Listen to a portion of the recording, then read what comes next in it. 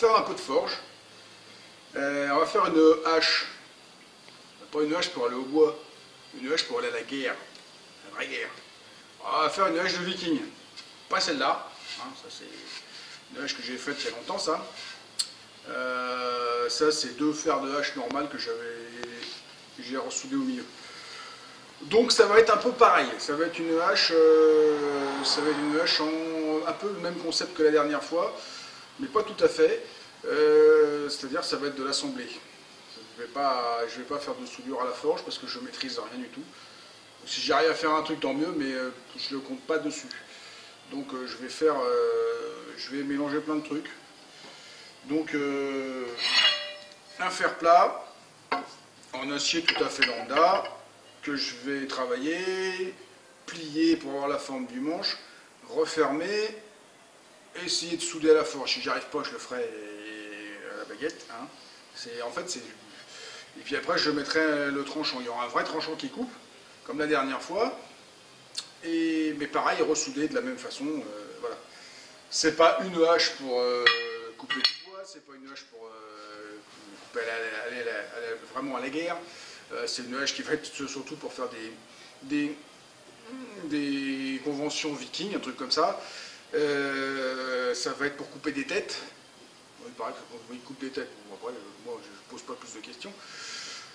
Voilà, donc bon, ça ira très très bien. Ça fera juste une belle grosse hache.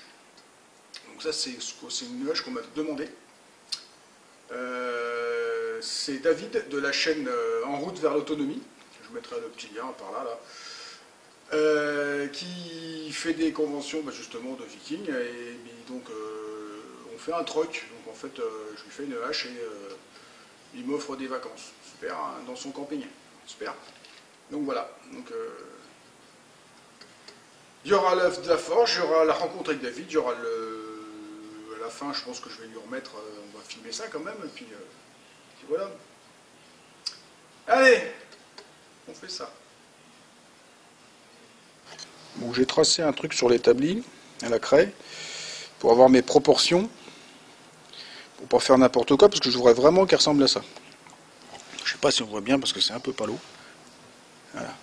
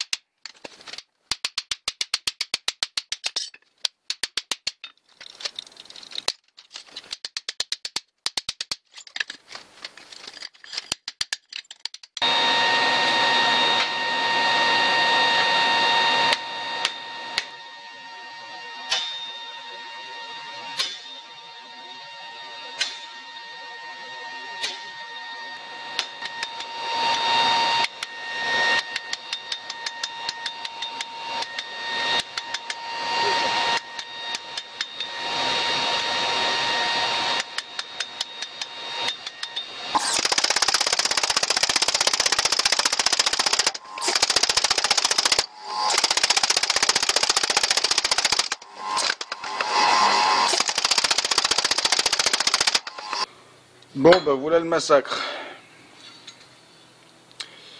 Ça n'a pas soudé. Je croyais que ça avait soudé. J'ai surpris 4 fois quand même. Première fois, ça n'a pas soudé. Deuxième fois, ça n'a pas soudé. Troisième fois, ça a commencé à souder. Quatrième fois, je pensais que c'était soudé parce que ça bougeait plus. C'est pour ça que j'ai attaqué au marteau pilon. Et puis j'ai tellement attaqué au marteau pilon que bah, ça s'est déraillé. Je comprends pas. Ça soude pas, c'était à peine collé. C'est pas soudé, c'est cramé, c'est cassé. Je sais pas. Pas pourquoi. Il y a trop d'oxygène, il n'y a pas assez d'oxygène, c'est trop chaud, trop froid. Trop, je sais pas. Le métal brûle, mais ça monte pas en température. La forge, je sais pas. C'est bizarre. Est-ce que c'est mon souffleur qui balance trop d'air? Parce que ouais, ça c'était pas mal ça. Donc bah plan B. Plan B, ça veut dire on va couper tout ce qui est pas bon. De toute façon ici j'avais besoin que de peu. Je vais ressouder un autre morceau, puis après je ressouderai le tranchant. Ça sera fait en 3 bouts, ça sera pas forcément dérangeant.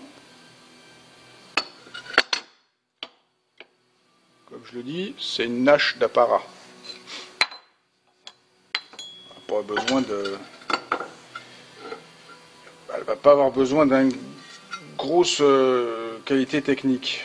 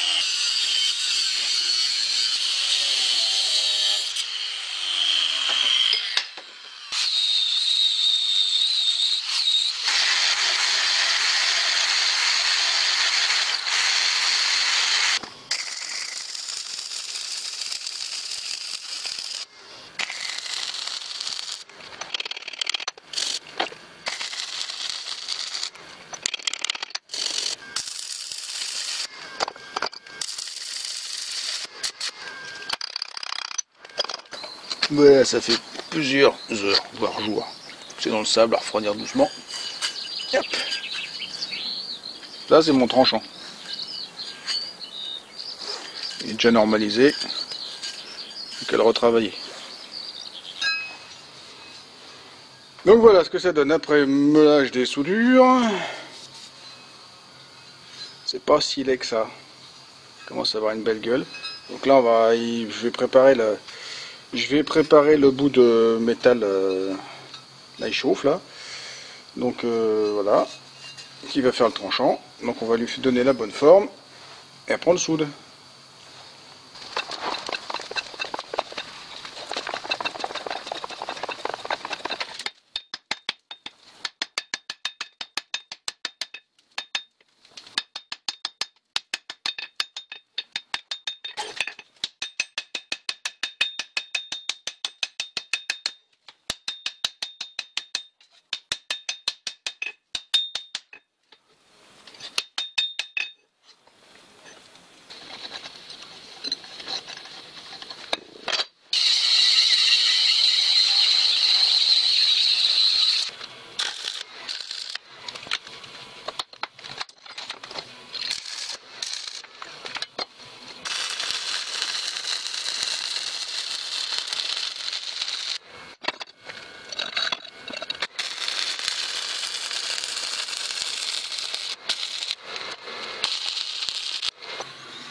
Bon, c'est soudé, c'est chaud.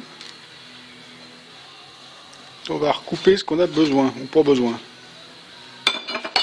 Oui, c'est chaud.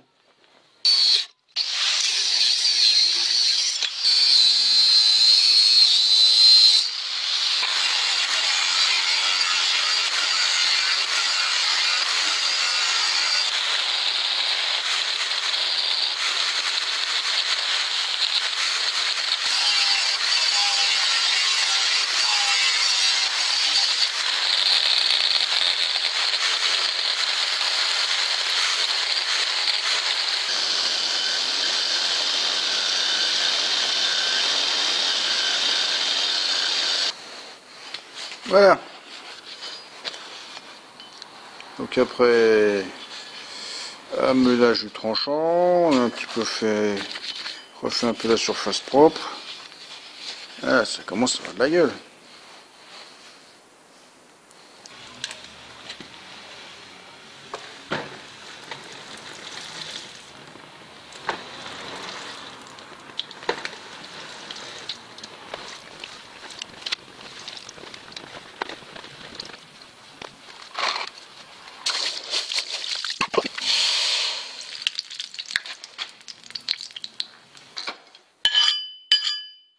Et trempe réussi.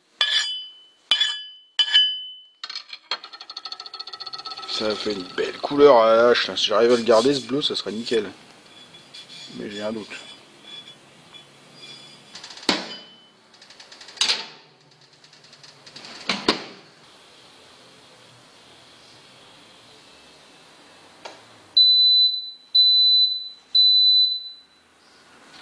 Et cuit.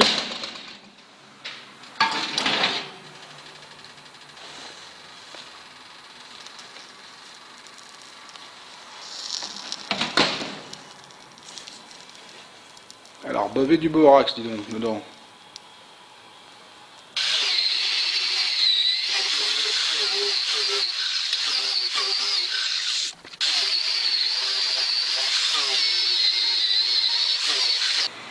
Donc voilà, après passage au ponçage. Donc là, je suis passé, je suis descendu jusqu'à 320. 320 les disques noirs. Et je me suis arrêté à 120. Et je vais laisser les marquages cramés en fait. Ça donne un look exceptionnel. Marbré, on a l'impression que c'est du damas alors que ça n'en est pas. C'est juste la couche supérieure qui est cramée. Donc là il commence à couper parce que forcément à le poncer comme ça avec... donc on va aller à la pierre, le faire mieux et le polir au coton à polir. La gueule hein.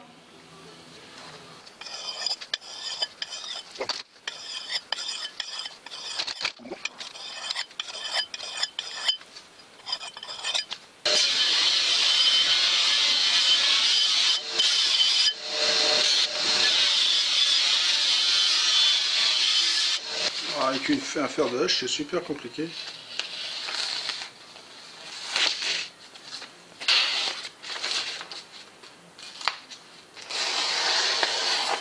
Voilà.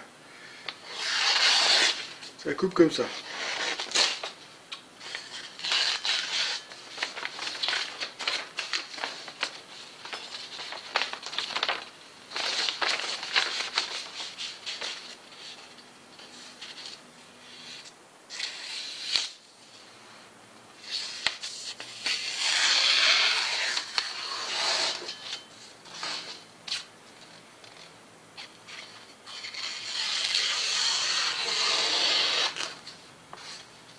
Bref, ça coupe. Et oui, la grande question, combien ça pèse? 2 kg 220. C'est pas mal, hein? Maintenant, on va faire la manche. Carré.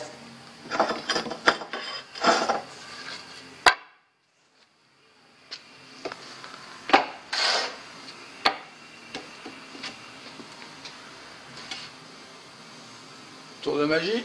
1, 2, 3. Et voilà. Un manche, tout prêt. Il y a même encore l'étiquette dessus. Ah, vite, hein. Parce que vous croyez que je vais m'emmerder à faire un manche? Ils en font des tout faits. Pour pas cher. Ils sont très très bien. Il y a juste à modifier le bout pour que ça rentre là-dessus. Hein, et on gagne du temps et de la qualité.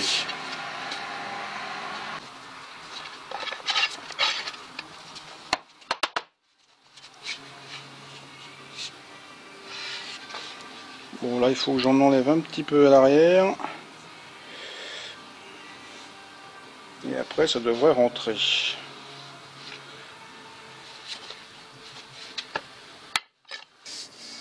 Bon, j'ai un peu travaillé debout là. Je ponçais le manche, je me suis lavé les mains parce que travailler un manche avec des mains, on a fait de la ferraille avant, c'est pas bon.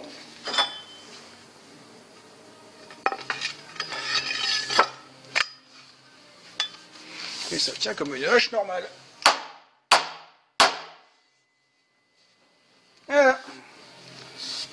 Pour ressortir. Ah la vache. Là, le truc.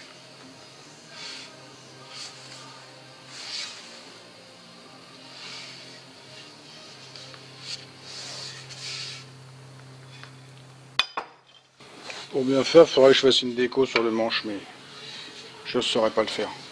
Je préfère rien faire. Il le fera tout seul. Moi, je sais pas. Déjà, il faut des motifs vikings. Je ne vais pas faire des motifs romains à la place, ou goths, ou j'en sais rien, ou celtes. C'est un peu la même chose. J'en sais rien. Et je suis pas super bon, assez bon dessinateur à la main pour faire ça. Donc, je vais m'abstenir. Et mixture magique, huile de lin, essence de térébenthine.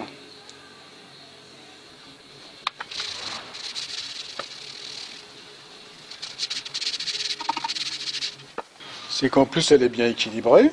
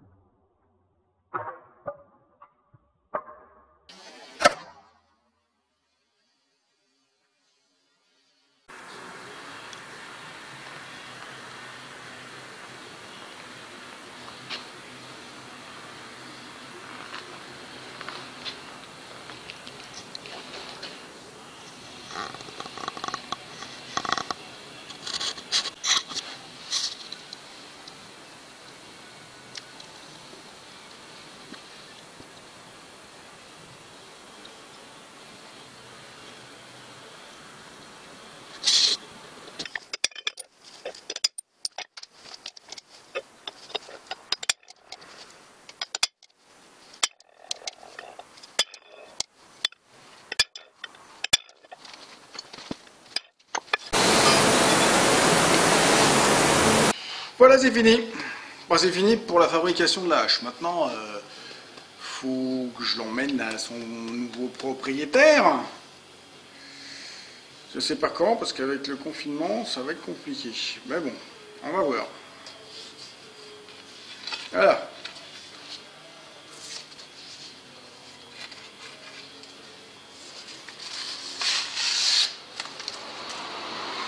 La coupe.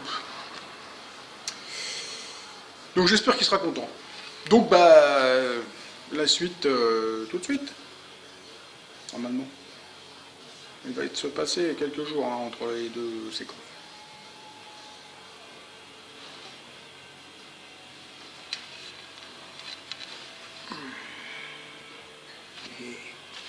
Le vélo. Sinon tu coupes derrière, il y a du scotch. Ouais, David, il y a du scotch. Oh, mais là, ça doit être bon. Ah oui, non, oui. Ah non, ouais. C'est bien scotch. Je comprenais pas pourquoi. Remarque, si ça, quand il faut du papier, on tombe vers le scotch. Mais c'est la de Viking. Ah bah. Non, je rigole. C'est une grosse hache. Oh Attention, ouais. Alors après, je sais pas comment on va faire, mais hors de portée des enfants. Bon, qui veut voir si elle a un bon tranchant? Bah, rien que de regarder déjà. Et en plus, la petite griffe, Bah oui. ah bah obligatoire. Elle est magnifique. Ah oui, effectivement, il y a de quoi le petit coupe-chou pour le matin. Bah merci beaucoup. Elle est vraiment très belle. Ouais. J'aime beaucoup. Ouais. Et voilà, c'est sur ces bonnes choses et ces bonnes paroles qu'on va terminer ce coup-ci la vidéo. Donc voilà, j'espère que ça vous a plu, que ça vous aura diverti, que vous avez appris quelque chose. Voilà, donc pour ça, vous pouvez me laisser un pouce. Vous n'oubliez pas de me laisser un commentaire, de faire circuler sur les réseaux sociaux et de vous abonner à ma chaîne si ce n'est pas déjà fait. Pour tous ceux qui veulent me contacter, tous les liens sont dans la description. Il y a l'adresse mail, la page Facebook et puis d'autres trucs sympathiques à aller voir. Allez, au revoir.